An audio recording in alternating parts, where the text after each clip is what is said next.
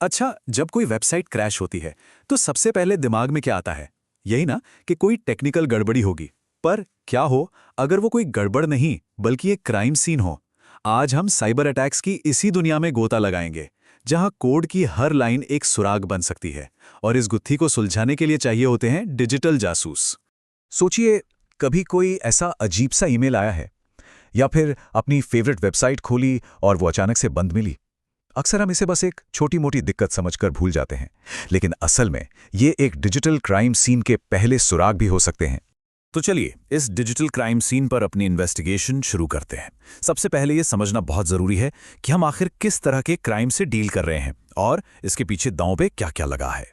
तो एक बात बिल्कुल साफ कर लेते हैं, साइबर अटैक कोई हादसा नहीं होता। ये जानबूझकर पूरी प्लानिंग के साथ किया गया एक गलत काम है। मतलब पर्दे के पीछे कोई अटैकर है और सामने कोई टारगेट। और ये लड़ाई सिर्फ किसी एक इंसान या एक कंपनी तक ही सीमित नहीं है। जब ये अटैक्स बहुत बड़े लेवल पर होते हैं तो ये साइबर वॉर का रूप ले लेते हैं। सोचिए, जहां देश एक दूसरे के डिजिटल सिस्टम पर हमला कर रहे होते हैं। और इससे भी ज्यादा खतरनाक तब होता है जब ये साइबर टेररिज्म बन जाता है। मतलब जब अपराधी दहशत फैलाने के लिए बिजली या पानी जैसी जरूरी सर्विसेज को ही अपना निशाना बना लेते हैं। तो सवाल ये उठता है कि ये डिजिटल क्रिमिनल्स आखिर सोचते कैसे हैं? इनका काम करने का तरीका क्या है? चलिए एक तरह से इनकी प्लेबुक खोलकर देखते हैं और इनके कुछ सबसे कॉमन हथियारों और ट्रिक्स को समझते हैं। स्पूफिंग मतलब डिजिटल दुनिया में भेस बदलने की कला। जैसे अटैकर एक नकली ईमेल भेज सकता है जो बिल्कुल ऐसा लगेगा कि आपके बैंक से आया है, या फिर एक ऐसी वेबसाइट बना देगा जो हूबहू अमेज़न जैसी दिखे। मकसद सिर्फ एक है, धोखा देकर आपकी जरूरी जानकारी निकालना। अब आते हैं डिनायल ऑफ सर्विस यानी DOS अटैक पर। यहां अटैकर का मकसद सिस्टम में घुसना नहीं है, बल्कि उसे जाम कर देना है। वो सर्वर पर इतना ज्यादा ट्रैफिक भेजते हैं कि असली यूजर्स के लिए कोई जगह ही नहीं बचती। इसे ऐसे समझिए जैसे जानबूझकर लगाया गया एक बहुत बड़ा डिजिटल ट्रैफिक जाम। तो DOS अटैक और भी ज्यादा खतरनाक हो जाता है जब वो DDoS बन जाता है, यानी डिस्ट्रीब्यूटेड डिनायल ऑफ सर्विस। फर्क क्या है? DOS अटैक एक जगह से होता है, लेकिन DDoS अटैक हजारों इन्फेक्टेड कंप्यूटर्स की एक पूरी फौज से होता है। इसे बॉटनेट कहते हैं और इसी वजह से ये कहीं ज्यादा पावरफुल होता है और इसे रोकना लगभग नामुमकिन हो जाता है। प्रिविलेज एस्केलेशन, ये सुनने में थोड़ा टेक्निकल लगता है, पर इसे एक चोर की तरह समझिए। चोर पहले एक नॉर्मल यूजर बनकर सिस्टम में घुसता है, फिर वो कोई सिक्योरिटी की कमी ढूंढता है और उसे एक सीढ़ी की तरह इस्तेमाल करके उन जगहों पर पहुंच जाता है जहां उसे जाने की इजाजत नहीं है, जैसे कि एडमिन कंट्रोल तक। SQL इंजेक्शन तो सबसे चालाक और खतरनाक अटैक्स में से एक है। जरा सोचिए, अटैकर वेबसाइट के एक सिंपल से सर्च बार में एक सीक्रेट कोड डाल देता है और ये कोड वेबसाइट के दिमाग यानी उसके डेटाबेस को ही बेवकूफ बना देता है और उससे सारे राज उगलवा लेता है। और इस तरह वो कस्टमर्स की सारी जानकारी चुरा सकते हैं या फिर पूरे के पूरे डेटा को ही डिलीट कर सकते हैं। तो ठीक है, हमने क्रिमिनल की चालें तो देख लीं। अब कहानी को पलटते हैं और एक जासूस के नजरिए से देखते हैं।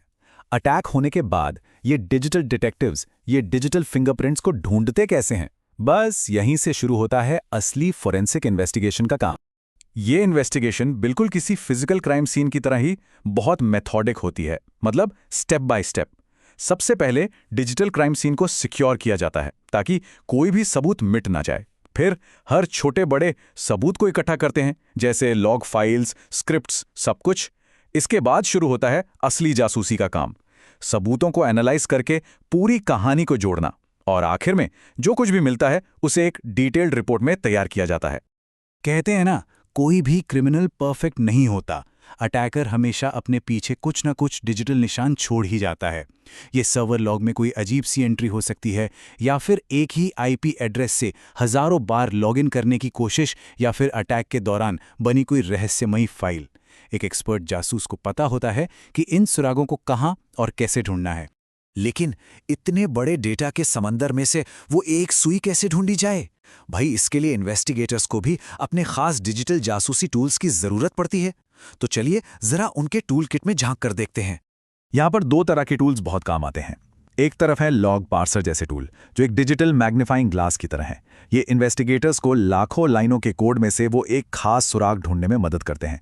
और दूसरी तरफ इवेंट लॉग एनालाइजर जैसे टूल्स हैं, जो हजारों अलग अलग सुरागों को आपस में जोड़कर एक बड़ी पिक्चर बनाते हैं, जिससे ये पता चलता है कि असल में अटैक हुआ कैसे। लेकिन सुनिए, सिर्फ ये पता लगा लेना काफी नहीं है कि अटैक कैसे हुआ। असली मकसद तो कोड की दुनिया से सबूत निकालकर उसे कोर्टरूम तक ले जाना है, ताकि क्रिमिनल्स को उनके किए की सजा मिल सके। तो वेब फोरेंसिक का जो मेन ऑब्जेक्टिव है वो है अटैकर को ट्रैक करना और इतने पक्के सबूत इकट्ठा करना जिन्हें अदालत में पेश किया जा सके और वो टिक सकें। हर एक डिजिटल सबूत को इतनी सावधानी से हैंडल करना पड़ता है कि वो कानूनी तौर पर वैलिड माना जाए। और एक इंटरेस्टिंग बात बताऊं, एक कामयाब इन्वेस्टिगेशन अक्सर क्राइम होने से बहुत पहले ही शुरू हो जाती है। इसे कहते हैं फोरेंसिक रेडीनेस। ये बिल्कुल वैसा ही है जैसे किसी बिल्डिंग में पहले से ही सिक्योरिटी कैमरे लगवा लेना। मतलब ये कि सिस्टम को ही इस तरह से तैयार किया जाए कि अगर कभी कोई अटैक हो तो सारे सबूत ऑटोमेटिकली सही तरीके से रिकॉर्ड और सेफ हो जाएं। तो अब अगली बार जब कोई वेबसाइट डाउन मिले तो एक पल के लिए जरूर सोचिएगा, हो सकता है ये सिर्फ कोई टेक्निकल गड़बड़ ना हो सकता है ये एक डिजिटल क्राइम सीन हो, और कहीं दूर कोई डिजिटल जासूस इंसाफ के लिए कोड की लाइनों के बीच सुराग ढूंढ रहा हो।